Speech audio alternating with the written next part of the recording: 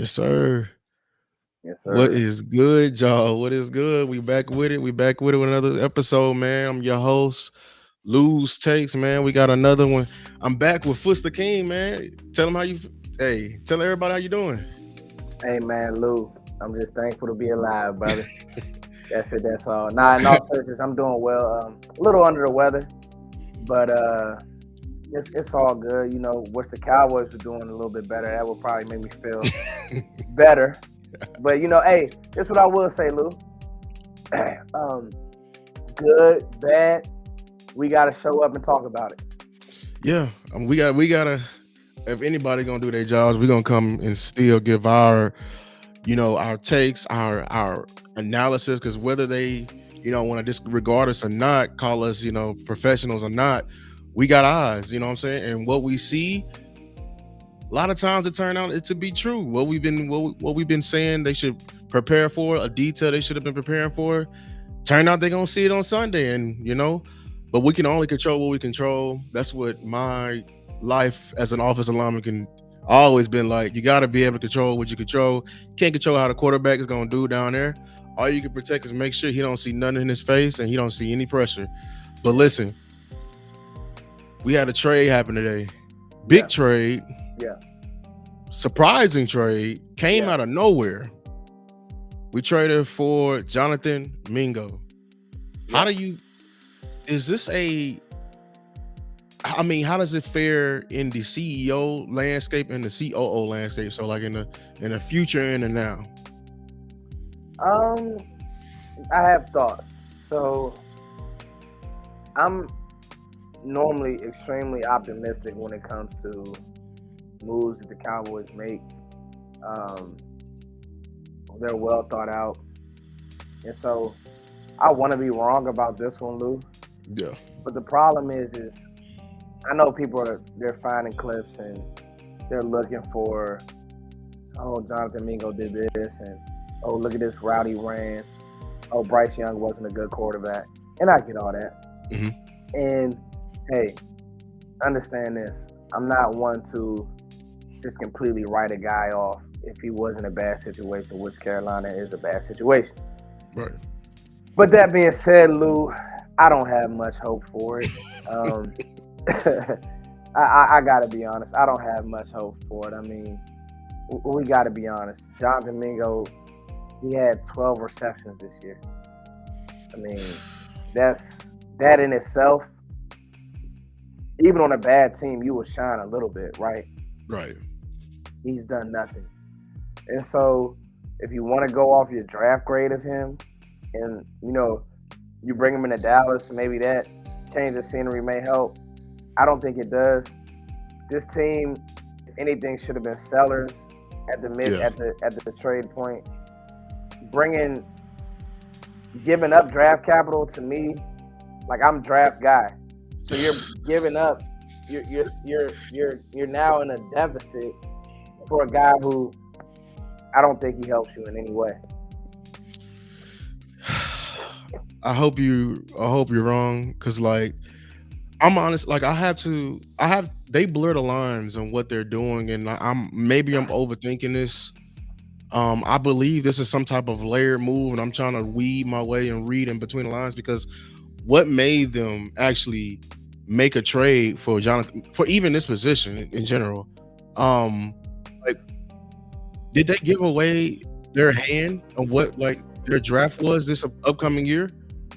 I'm just thinking about this, because if they're viewing the fourth round pick, I mean Jerry does what he wants, but if they view like the fourth round pick that way, that's telling me that you weren't looking in the first round for a receiver. You weren't looking with these premium picks for a receiver. That's what I'm saying. And I gotta think like this because I have evidence of it. We have evidence Zeke coming back last year and they got comfortable at running back. Like whenever they make a move here, we don't see any resources are there. So, and you like I love the draft too. Like, so, and you just traded another that round again. That's a you're robbing of us, like of another premium pick, like that fourth round, the middle rounds. That's when it really gets going. Like, Yeah, I think Lou. I they want another weapon in here, but I don't know if they feel like they'll be able to get it with all the needs they're gonna have in the draft. I mean, you're gonna have to go back to the well on the O line. It Yep. looks like Zach is done. I mean, your O line guy. Zach is done. You're gonna have to draft a running back. You may have to draft a corner. Yeah. You may have to Yeah. draft a D end. I mean, the list, like, there's not a position on this team that you could say, no, I'm not drafting there. We're good. Right. And so maybe they're looking at it as, well, if we can get a steal at receiver and Mingo, we don't got to draft receiver. Right. That's how they're looking at it. But if it's me, I'm not looking at it that way. Or maybe they're somebody's whispering in the front office's ear of our previous success when taking these late round receivers. The Jalen Brooks, the Jalen Tolbers. I mean, None of them it, have hit. right, and like maybe they finally want to buy in, but like I'm still curious. Why is it now? Why now? Because like this is a layered John. So getting into Jonathan Mingo, I saw a film on him. Like you said, not big enough sample size. What I seen, he looked like a poor man's Debo Samuel to me. And I don't like that because I don't like Debo Samuel as a receiver Me because I don't neither. believe because Debo is not a route runner. He's a guy that literally he's a Shanahan guy. Like if he doesn't have a system around him in place for him to succeed, it's going to be very hard for him to overcome that. And I'm all about transferable skills, translatable skills. Like the next OC coming in, which you Yeah, have no idea. exactly. You have no idea who's doing that, and yet you're coming in with that fixed mindset, that stubborn mindset of saying, "Here, make it work." And I'm not liking, like we're already getting getting the new regime off to a bad, like an ugly start, in my opinion. And that's like, yeah, the fit. Like we gotta hope we get a system guy next year. Well, the problem is this too, Lou. What OC is gonna want this job? And if I do, if I am an OC, like if I am, let's say I'm Ben Johnson or whoever is on the Cowboys radar, because Mike's fired, so and they're just delaying that process. Right. So whatever OC will want this job, why would he want Jonathan Mingo? You know what I mean? He would probably want his guys, and that's the harsh reality of it. So yeah, this one just didn't make a lot of sense to me, Luke. I mean, the only thing I'm hoping is like, I mean, he's a physical receiver, so maybe he can turn into some physical blocking. Maybe we can finally get some blocking again Yeah, in that group because we've been missing it. But yeah, he that's is physical. He has some yak ability outside at Ole Miss. I mean, I studied him a lot. He's a guy you got to get the ball to right now, and like he's a run after catch guy. I mean, he's physical, big body, nice lower half. The Debo comp is good, but I mean, Debo is a specific, like, you have to have a specific type of OC for Debo Samuel. Debo right, doesn't fit in everybody's system. I right. don't like Debo down the field on long developing routes. That's not his game. Not even on a physical corner. If a corner is sticky with him, he's not gonna. If you give him the wrong route on the route tree, he's not he's not separating. He's He's not not. gonna win for you. Like No. he's a guy like when he played us. I mean, I noticed it when the first or second quarter, they were moving them around on the formations and getting them lined up on our linebacker because they use intentional motion. They motion to gain that information. Once you see you in zone and you're bumping, I mean, like Mhm. like it's Yeah, a they're matter of using motion to get, like you said, get information, see what we're in, and it's just a chess game. Which, by the way, this may not. This I know it's kind of off topic, but I don't know if I've said this on a public forum, but I don't like. I don't. I kind of like how Mike Zimmer's tried to do. I just don't think he's had the horses this year. Hmm. But like, I kind of like what Zimmer has ran. Like, he gets past for me, um, for what he's had to deal with, and for like basically for what he's had to deal with, a first year defense, a safety. The only thing that I won't give Zimmer a pass for is continuing to play Donovan Yeah, Wilson. But and I think everything that's else, out of his control. Yeah, I but think yeah, that's out. Yeah, I agree. Everything else, I've actually kind of liked what Zimmer's done. It's just the games has gotten away. Like when we've got stops, the offense doesn't do anything, and then the mhm. game gets out of hand. Or there's a pick, and then the game gets out of hand. But I do like what Zimmer's trying to do. Yeah. We're a reflection of our head coach. You can actually that's on the sheet. You can elaborate on it more because I know you're a defensive guy. Because I'm that was in the back of my mind too. Like I can't really fully evaluate Mike Zim. Like only thing I can get mad at him for is personnel. Like he got up today, and I think it's a clip going around like showing that he fed up.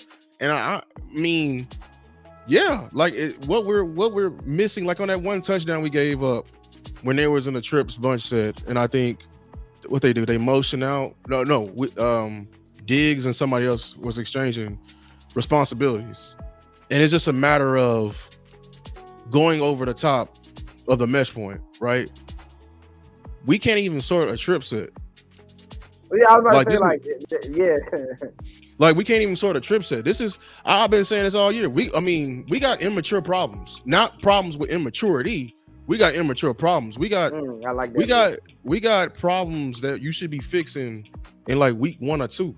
We not what week 8 and 9. Like coach get mad at me. You got problems with stepping with the right foot. You know what I'm Yeah, saying? Like we should be on level 15 now. Like Zim's the teacher and yeah, the students are the players. I yeah, don't expect you to have all the answers, but you got 17 tests each each game, right? I expect you to have some type of progress. yeah. But if you still failing stuff from test 1,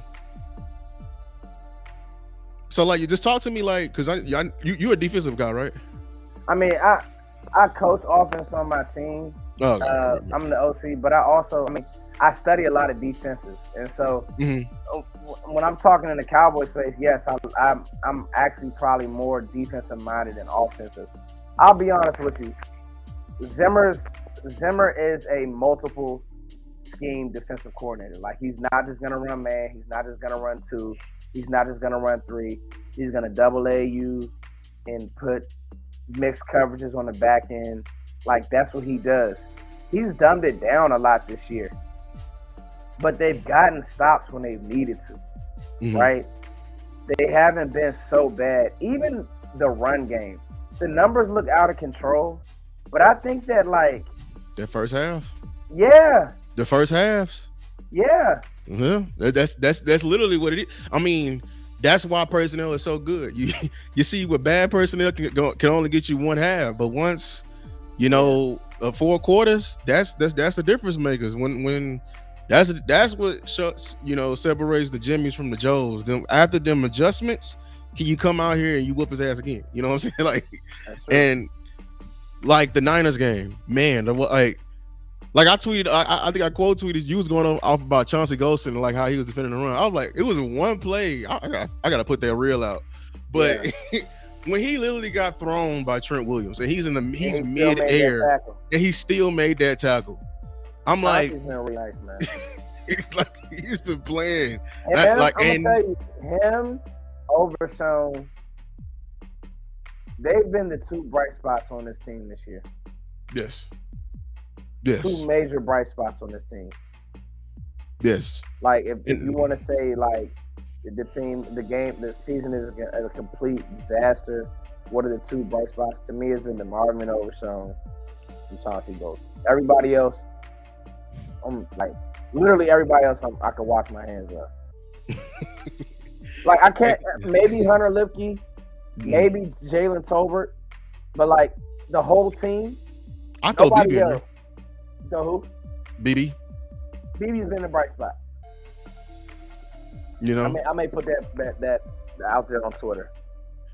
I it's like when we were struggling to defend the run earlier. Everyone believed like it was personnel, it was scheme. No, I was like, no, defending the run is effort. And Chauncey Yeah. Golston is the epitome of it.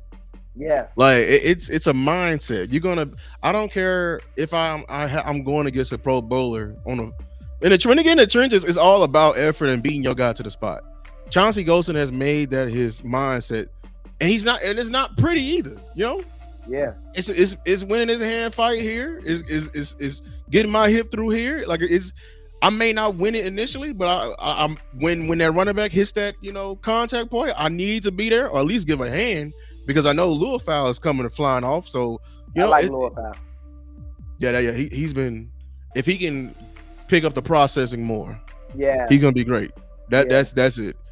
Because but he's like I love all it. over the place. Like my coach always said it. If you gonna f up going 1,000 miles per hour, that's Lua Fowl. He'll f up going 1,000 miles per hour, and that's all I can appreciate, from it. But your interior, your corners, your corners really.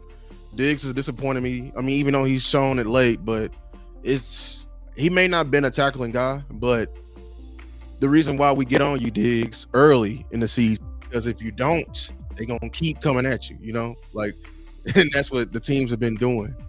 What about your offense guy? Let's talk about some real offense then. Like, what is something like if your last name was Jones, Foots Jones, you can go put back at any point this year, like, what is something schematically you're gonna do, personnel wise? What would you change on this team, and you think like would affect our outcome today?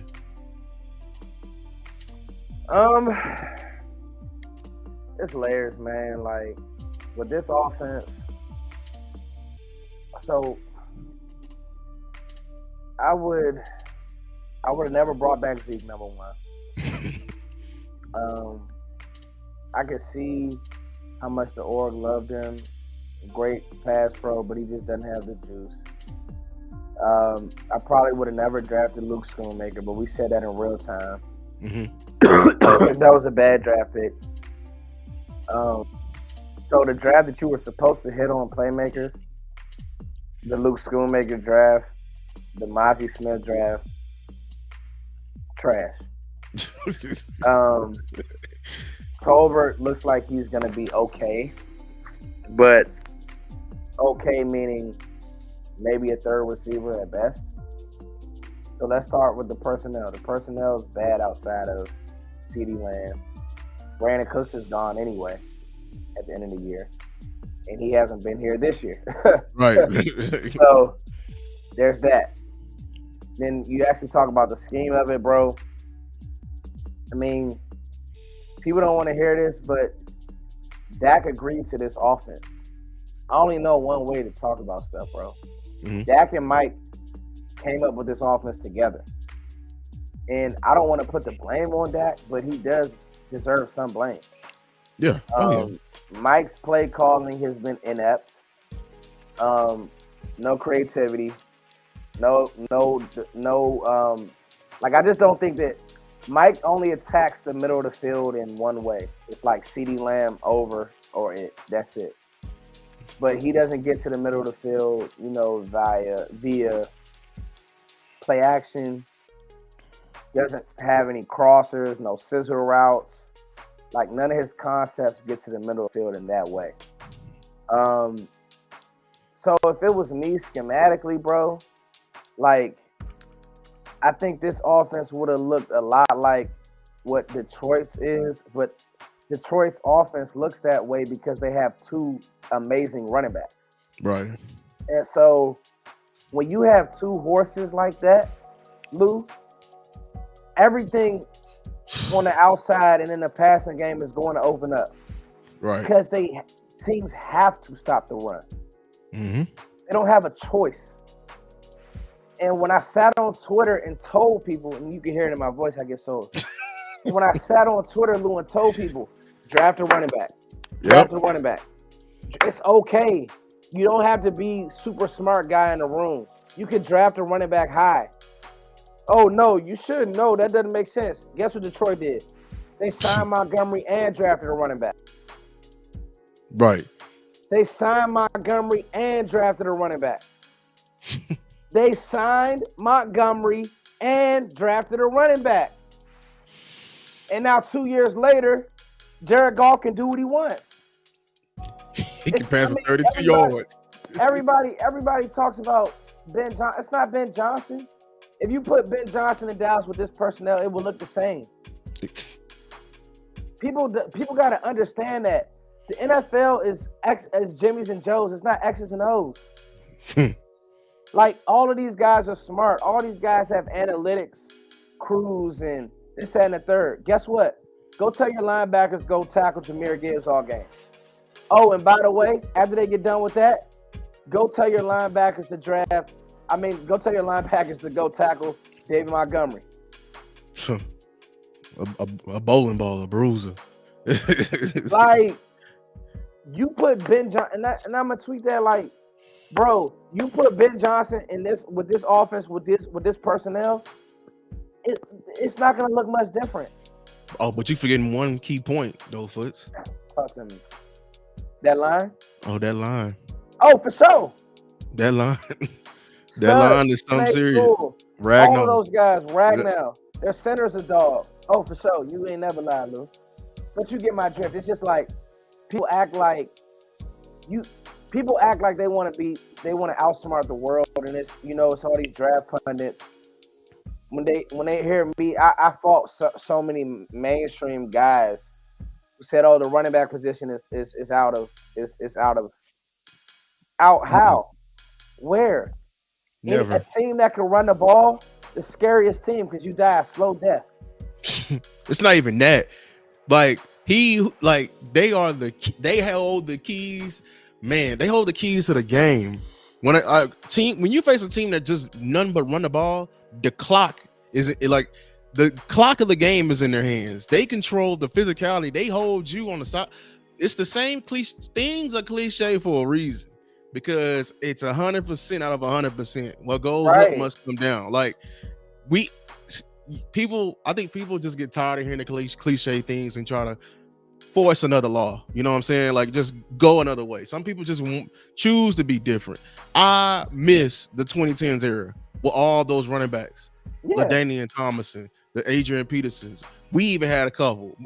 The dynamic running backs, the fact that we even thought that you can replace them with just a guy in an okay offensive line in a passing game. No. Think about it. Dak's throwing the ball 35 times a game, 40 times a game. He's never been good that way. I can go back to videos, and I'm not saying that Dak isn't a good player. What I'm saying is I can go back to my videos from, like you said, I'll go back to videos from 2022.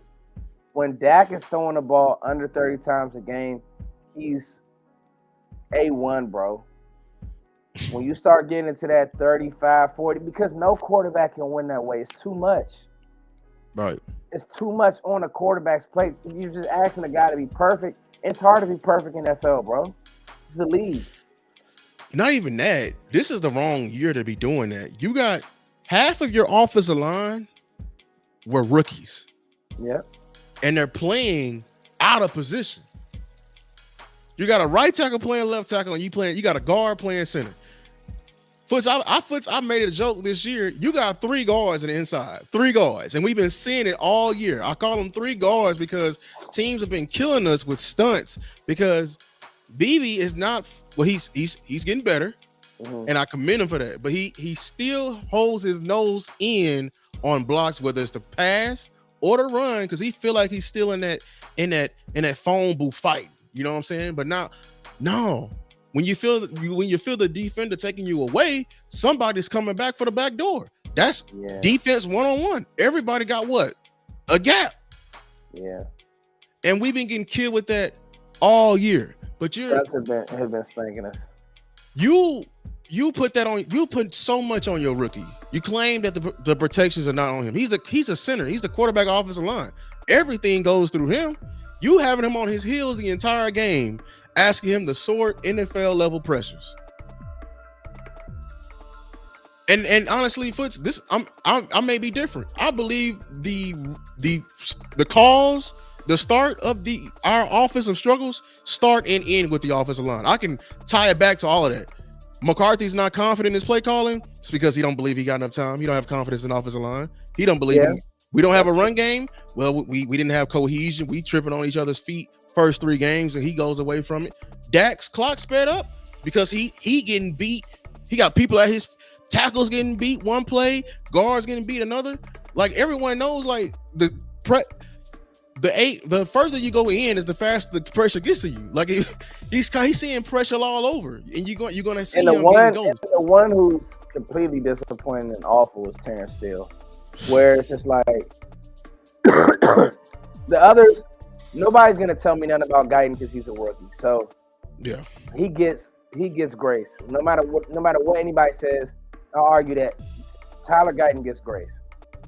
But to act like Terrence Steele we're just okay with him being this awful, it's hilarious. Terrence Steele gets beat so much, we're just immune to it. I don't even talk about it because, like, yep, there goes Steele getting beat again. it's not even that. Just like God, we so far in. I'm scared every time we face a dynamic end. Dynamic being what I mean by that, y'all, is an end who has one move and he got a counter. If he got a counter, it's over. Aiden Hutchinson, before he got hurt, that spin move was killing. Yeah. I mean, but he's always been a Oh, better yeah. run blocker than pass blocker. And but you if you would if we have a pulse on his team, I believe great OCs, great coaches adapt to whatever the personnel is feeling this year. We do not have a team built to pass. Yeah. Not this year. You had to at least commit to the run. Commit to it. Because it's just confidence in football is a dangerous thing. And if you can just get your team confident, I feel like maybe the outlook of the team is just a tad bit different. Yeah. We weren't gonna. Mike's historically, he's never been an OC that was a run first OC. Yeah. And his run designs have never been great. So, if anything, the quick passing game, some of the stuff he did with A-Rod, when they had success, but he wasn't gonna running the ball. That's just he's not interested in that. Right. And so, I mean, yeah. and so he probably didn't push back when they said, he probably, to be honest with you, Lou, he probably didn't push back when they said, "Hey, are you good with these running backs?" He's like, "Yeah, sure, we can work with this because we got CD, and he believes in his passing game." But it's like, bro, it's okay to be able to have two great runners. Like what they should have done. I'm gonna be honest with you, Lou. Mm-hmm. They should have went with Rico Dowdle and drafted somebody high this year. Maybe Fourth second round. Oh, second round. I would have went higher than that, bro. I know I like Luafau, but I could sacrifice Luafau for third, second round, right? In the Gibbs draft, I would have even went with maybe a Samaje P. Ryan in the third. I know you weren't high enough to get Gibbs or Bijan. But you talking about you wanted Lloyd, then this pass draft is around Lloyd. Oh my God, I wanted Isaiah Davis. I think I think Braylon Allen was he still on the board? No. So this draft I would have went high. The 2 years ago I would have went not Samaje P. Ryan. What's my That was guy's 8 level name? older. Yeah. Yeah, he is. What's my guy's name from? Anyway, Yeah. the point is, bro, like being able to get a back, bro, that can take some of the load off your quarterback, bro. Where you don't have to, everything doesn't feel so hard and forced. They dropping 7 and 8 like every Yeah. play. We over there playing like he out there trying to deduct a 7-on-7 match, man. Like he over there throwing to the tightest windows like this is Madden 07 and we got the rings up there, man. And but yeah, like a run game. I don't know. Like we claim we run a West Coast offense, but this is not a traditional West Coast offense. A traditional West Coast offense is run the ball. they have a run game to mitigate. So this is like a merge between Air Raid and West Coast, in my opinion. I like, and then Yeah, like the schemes, like do you like? Okay, I was watching Brian Bottas and Vach, and he was going over like a stat that when we're one of the teams we when we line up in formations, we have the largest width of the team, it's funny enough because we'll run out there in heavy 12, 22 personnel, like, and we'll still Tajay have it. Tajay Spears was the name I was thinking about. My bad. Okay, from the Titans. I don't know why I said P Ryan. P Ryan. Bro, I'm out of it. But we run with one of the like largest widths of the team, and like we don't, and we run heavy personnel and everything like that, and it's like we barely run any condensed formations. Like Yeah, bringing try in receivers in, crossers. like like a bunch tight set bunch trips. I feel like we had whenever late in these games, like in the Ravens game, we ran some type of bunch set and did a scissor concept, and we got open. Like, dude, does that bother you that we don't? I don't know, like even Um, start with the alignment. I think that McCarthy isn't creative anymore, and so I think that he's at that age where it's like I won't put it at I don't even want to put it as an ageism thing because Andy Reid is still trying cool stuff, Right. but Mike is just not. Um, this stuff looks like what he ran in Green Bay. Um, he doesn't play with formations. He'll motion when the fans call for him to motion, and then the next game he won't. Um, so I mean that's just where it is. We'll see what he does this week with Cooper, but because I think what we'll see this week is more of the actual play just being called as is. Won't be a Mhm. lot of audibles. So Yeah. we'll see what we get.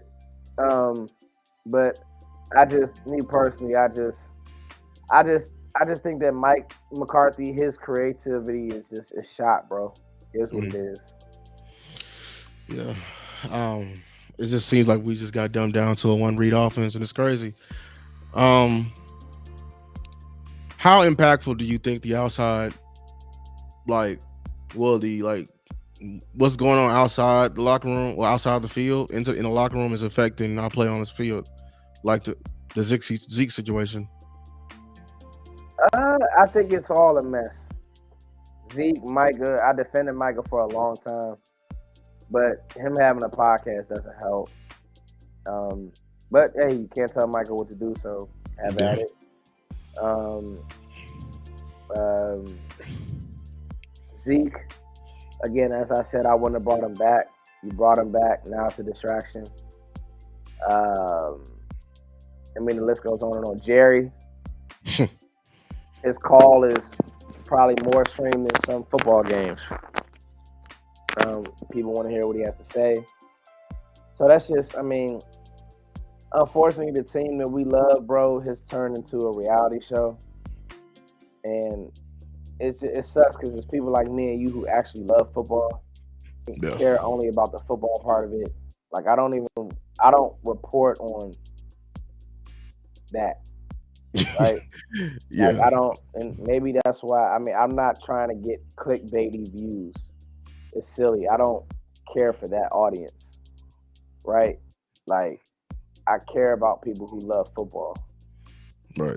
But every week we're talking about Micah's podcast and Ezekiel Elliott has an attitude, and I mean this stupid stuff. I mean Rico Dowdle's hair, like it's silly, bro. Like, and I mean it's sad, Lou, because it used to be a great franchise, and now it's just like Man. it's yeah. I mean, like, bro, And at I'm least, one of the young fans, man. Like I never seen, I only seen the misery. You feel me? and that's bro. Think about this though, Lou. I was 6 years old when they won the one in '95. I was born in '89. So. But think about this, Lou. I haven't seen the heydays, and Not only have I not seen the heydays, bro, I haven't even seen the NFC Championship. I haven't seen us get there. And like, but the thing is, Jerry doesn't care. He doesn't. Jerry, like, Jerry will say this, but he'll come, he'll shake hands, he'll report, he'll say, "I love my fans," and this, that, and the third, but he doesn't care. And so that's why I've kind of gotten numb to it.